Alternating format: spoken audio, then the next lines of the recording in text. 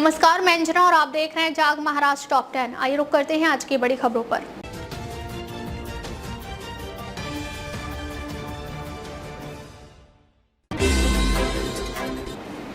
प्रवर्तन निदेशालय स्वयंभू धर्मगुरु अशोक खरात की संपत्तियों की जांच करेगा। कॉल रिकॉर्ड लीक की भी होगी जांच। फडणवीस। महाराष्ट्र के मुख्यमंत्री देवेंद्र फडणवीस ने कहा कि किसी को भी कॉल डिटेल रिकॉर्ड यानी सीडीआर तक पहुंचने का अधिकार नहीं है। उनकी टिप्पणी उस समय आई है जब एक सामाजिक कार्यकर्ता ने उप मुख्यमंत्री एकनाथ शिंदे और अशोक खरात के बीच 17 फोन कॉल्स के आदान प्रदान का खुलासा किया।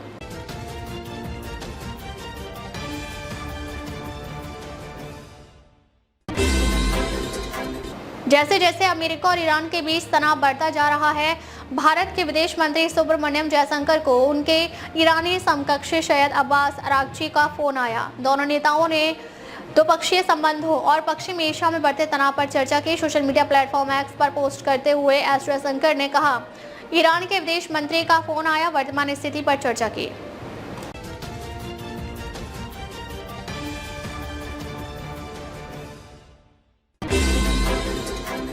दिल्ली पुलिस की स्पेशल सेल ने देश भर में चलाए गए एक अभियान के तहत एक आतंकी मॉड्यूल का भंडाफोड़ करते हुए कम से कम 2 संदिग्धों को गिरफ्तार किया है और कुछ अन्य को हिरासत में लिया है।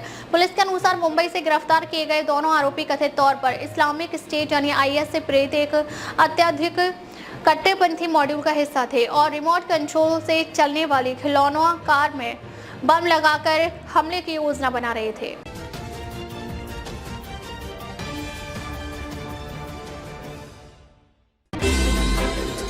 भारतीय जनता पार्टी यानी बीजेपी ने आगामी पश्चिम बंगाल विधानसभा चुनाव 2026 के लिए अपने स्टार प्रचारकों की सूची इलेक्शन कमीशन ऑफ इंडिया यानी ECI को सौंप दी है। यह सूची मुख्य चुनाव आयुक्त ज्ञानेश कुमार को दी गई, जो राज्य में होने वाले अहम चुनाव की तैयारियों का हिस्सा है। पश्चिम बंगाल में मतदान 2 चरणों में 23 और 29 अप्रैल को होगा, जबकि मतगणना 9 मई को की जाएगी।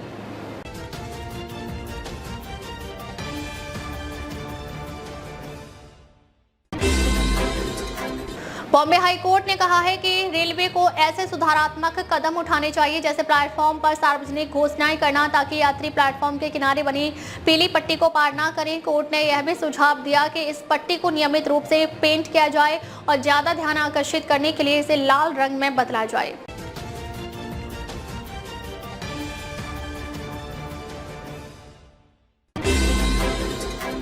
मुख्यमंत्री देवेंद्र फडणवीस के कार्यक्रम सुबह 11:15 रोड शो नवरथिनापुरम, मदुरई, तमिलनाडु दोपहर 12 बजे। दक्षिण मदुरई विधानसभा क्षेत्र के भाजपा उम्मीदवार के नामांकन पत्र दाखिल के समय उपस्थिति मदुरई कॉर्पोरेशन जोन 4 भवन, नवरथिनापुरम, मदुरई, तमिलनाडु। शाम 7 बजे फोंडा विधानसभा उपचुनाव जनसभा, पुराना bus stand, Ponda, Goa.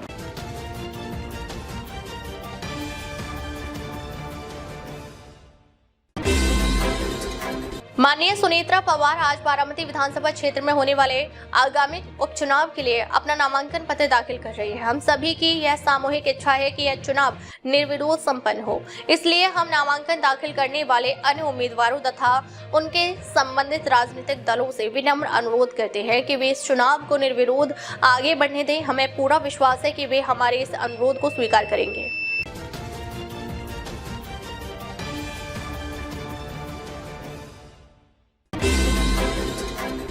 Tehran के रिहायशी इलाकों पर हमले में 13 की मौत, यूनिवर्सिटी को भी बनाया निशाना, गैस सप्लाई ठप। ईरान अमेरिका संघर्ष के बीच तेहरान की एक यूनिवर्सिटी पर हवाई हमले हुए जिसमें 13 लोगों की मौत हो गई।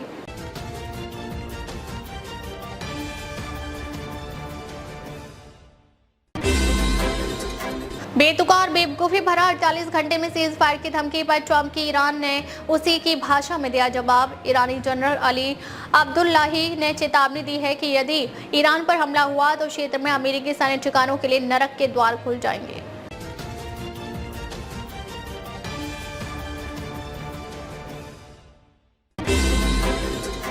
नीतीश के मंत्रियों के मन में लड्डू फूट रहे। केरल से लौटे तेजस्वी का तंज क्यों, बोले हिंदुस्तान में पहली बार ऐसा।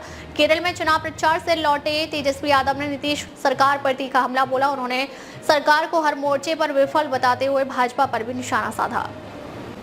अब तक के लिए बस इतना ही, फिर मिलते हैं कुछ ऐसी ही बड़ी खबरों के साथ। अब तक के लिए नमस्कार और देखते रहिए जाग महाराष्ट्र।